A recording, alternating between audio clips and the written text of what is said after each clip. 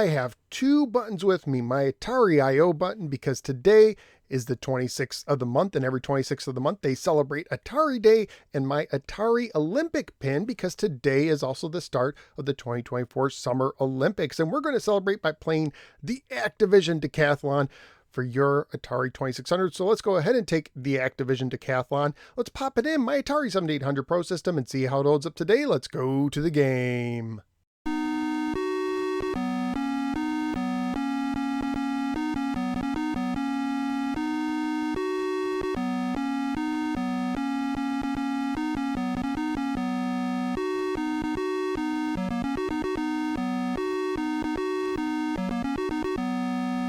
The Activision Decathlon was published by Activision, and according to randomterrain.com, it was released in August of 1983. It was programmed by Pitfall creator and Activision co-founder David Crane. It was later ported to several other consoles and computers of its day, including the 5200, ColecoVision, Atari 8-bit computers, and the Commodore 64. When the game was sold during the Atari 7800 days, it had a sticker on it stating that it would not work with the 7800. This actually depends on the revision of Atari 7800 system you would have, as the game will work on some models, including mine, but I did have quite a bit of trouble getting it to run at times. When it originally came out, it came with an order form for a special Decathlon game glove for $3.95. Gloves could be ordered for either hand and had openings for two of your fingers and featured the printed signature of Bruce Jenner on them, who won the Olympic gold medal for the Decathlon in 1976 and was featured in several early advertisements of the game. The back of the box says the following: "You do it for yourself, your country, and the gold. All of the individual athletic disciplines are yours: speed, strength, stamina, and the desire to win. But they will all have to come together as one, because you're about to participate in the most prestigious video sporting event in history, the Activision Decathlon." The Activision Decathlon is a decathlon game for 1 to 4 players alternating using a single joystick, with one standard mode of difficulty. You can choose to do a full decathlon of all 10 events, or to practice a single event. For the basic controls, you wiggle the joystick left and right to run and use the button for various actions. The first event in the decathlon is a 100-meter dash, where you simply wiggle the joystick back and forth as quickly as you can. The second event is the long jump. Here you get 3 attempts, running up to the scratch line and pressing the button to jump before touching the line. If you do touch the line, you will scratch, losing that attempt. The third event is the shot put. It controls the same as the long jump, wiggling the joystick to approach the line and pressing the button to throw.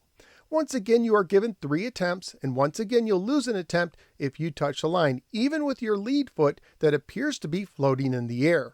The fourth event is a high jump. Here you once again wiggle the joystick to run and press the button to jump, although now there is no line on the ground, leaving you to judge when you need to jump on your own. If you make a jump, the height will rise and you could try again. If you fail to make a single height 3 times in a row, your turn is over. Next is the 400-meter race, which is the same as the 100-meter dash, just longer. The sixth event is the 110-meter hurdles, where in addition to running, you use the button to clear the hurdles. Knocking over a hurdle doesn't end your turn, but it does slow you down. The seventh event is the discus throw.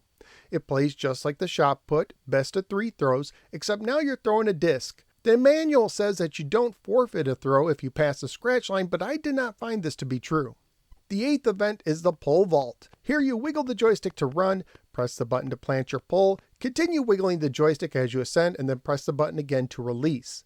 Like the high jump, you get up to 3 attempts per height, with the height increasing after a successful attempt, and finish when you can't clear a height after 3 attempts in a row. The first run of the game had a bug, where continuously pressing the button after releasing the pole could lead to heights you were not supposed to be able to attain. This was fixed in later copies, but due to a high initial print run, if you find a cartridge, there's a fair chance it has this bug. The ninth event is the javelin. It's another best of 3 throw events, which also controls just like the shot put. The final event is the beast, the 1500-meter race. For the first 1300 meters, it doesn't take much joystick wiggling to max out your speed, but once you cross the 1300-meter mark, The game will ask you to sprint, making it much harder to maintain a high speed until the end. Be ready, it will take you over 3 minutes to complete this race. You are scored for each event individually, as shown on the bottom of the screen.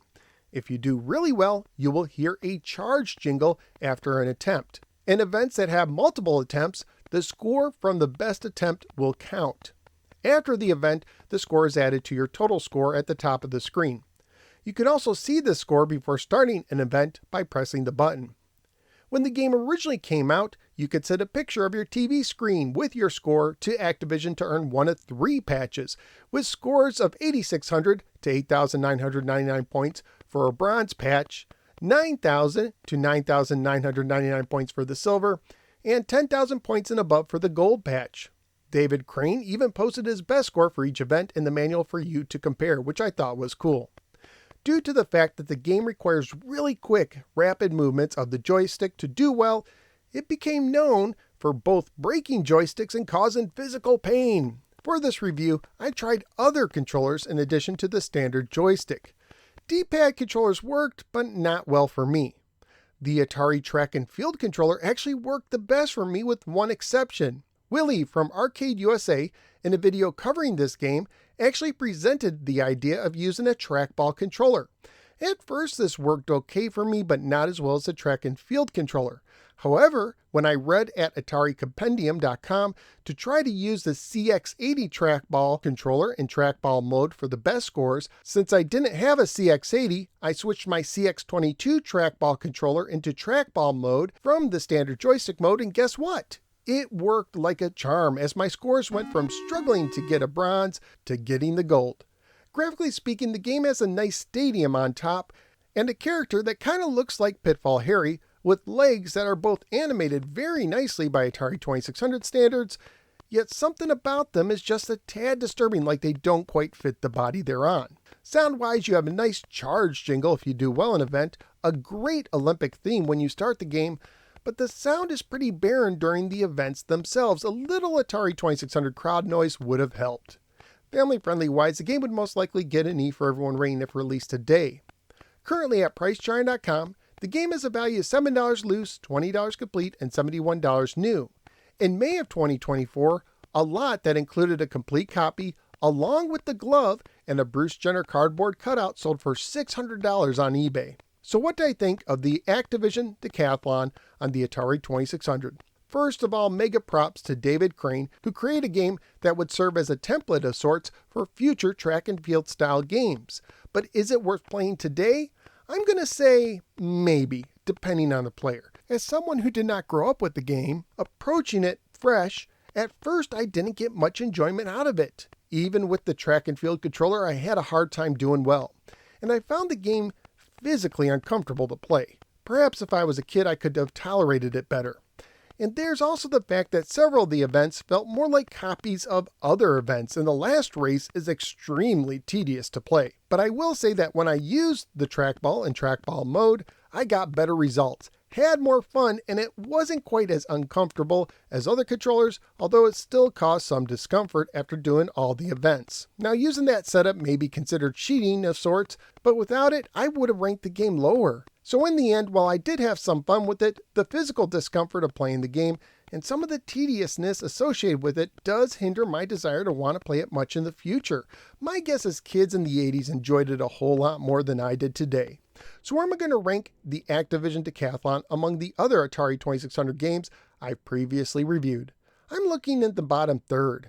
I do like Star Trek more at 211, but I will put this over Condor Attack at 212. So out of the 263 games that are now ranked for the Atari 2600, Decathlon is crossing the finish line at the 212 position. The Activision Decathlon is a landmark track and field game. It may offer some fun to players, especially if your nostalgia for it is strong, but the physical discomfort of playing, along with the potential broken joysticks that go along with it, might not be worth it for others. But that's just what I think. What do you think? Do you like the game? Do you have any memories of it? Let me know in the comments below. If you enjoy videos such as this one and you want to support my work, please click like and subscribe. Drop a comment below, and for mega supporters, either become a channel member or sign up at patreon.com/NoSwearGamer. Thank you for giving me a little part of your day, and I look forward to seeing you next time in the next episode of the No Swear Gamer. Take care, and always stretch your hands before playing this game.